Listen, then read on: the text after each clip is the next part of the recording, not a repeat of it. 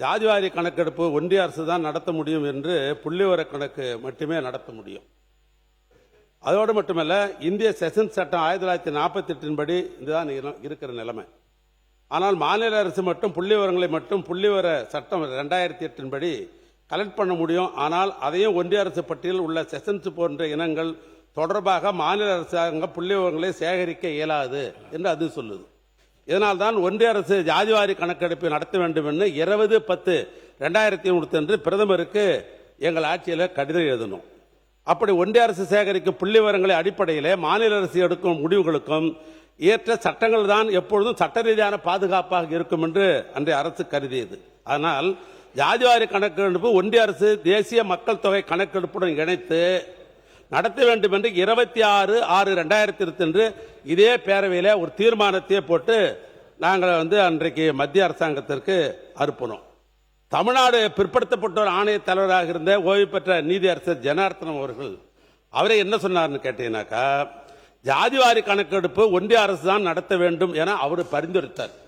கோர்ட்டில் போய் நாங்கள் சொல்லணும் அல்ல, அவர் பரிந்துரை என்னன்னா ஒன்றிய அரசுக்கு தான் ஜாதிவாரி கணக்கெடுக்கிற அதிகாரம் இருக்கிறது என்று ஜனார்த்தனம் கமிட்டியும் சட்டப்பூர்வமாக அப்படி சொன்னிய காரணத்தினால்தான் நாங்கள் தொடர்ந்து ஒன்றிய அரசாங்கத்தை வலியுறுத்தி கொண்டிருக்கிறோம். இந்த ஜாதிவாரி கணக்கெடுப்பதிலே மாற்று கருத்தல்ல, இன்னும் சொல்ல போனால் இந்த 10.5% வேண்டும் என்று நம்முடைய பாட்டாளி மக்கள் கட்சியினுடைய நிறுவன தலைவர்கள் அன்றைக்கு குரல் கொடுத்த அடிப்படையில் அன்றைக்கு அவசரமாக அதிமுகவை சேர்ந்த முன்னாள் அமைச்சர் நம்முடைய மாண்புமிகு எடப்பாடி பழனிசாமி கொண்டு தேர்தல் நேரத்தில் அறிவித்து விட்டு போய்விட்டார்.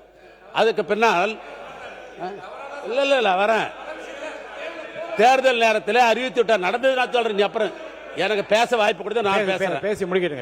நான் பேசுறேன். இல்ல வரேன். நான் என்ன சொல்றேன், அறிவிக்கல் நான் சொன்னா இல்ல சட்ட பாதுகாப்பு என்பது நாங்க ஆட்சிக்கு வந்த உடனேயே அதுக்கு சட்ட பாதுகாப்பு கொடுக்க வேண்டும், அதை ஆதரிக்கணும். இருங்க, முழுமையா கேட்டுங்க.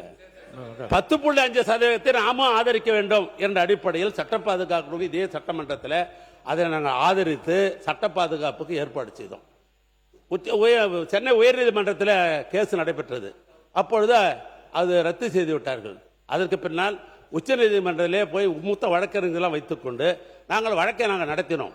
அவர்கள் என்ன சொன்னாங்கன்னா, அதுக்கு டேட்டா கிடையாது, நீங்கள் போய் டேட்டா அடிப்படையில் தான் நீங்கள் நீங்க எடுத்துக்கொள்ள வேண்டும். அதாவது இன்னும் கூடுதலாக சொல்றேன், கூடுதலாக மாநில அரசு பிற்படுத்தப்பட்ட ஆணையத்தில் கூடுதல் செயல் வரம்பு அளிக்கப்பட்டு ஆணையத்துடைய சார்பில் பாப்புலேஷன் டேட்டா இருந்தால்தான் இந்த ஆய்வை முறையாக நடத்த முடியும் என்று அப்பொழுது தெரிவித்தது.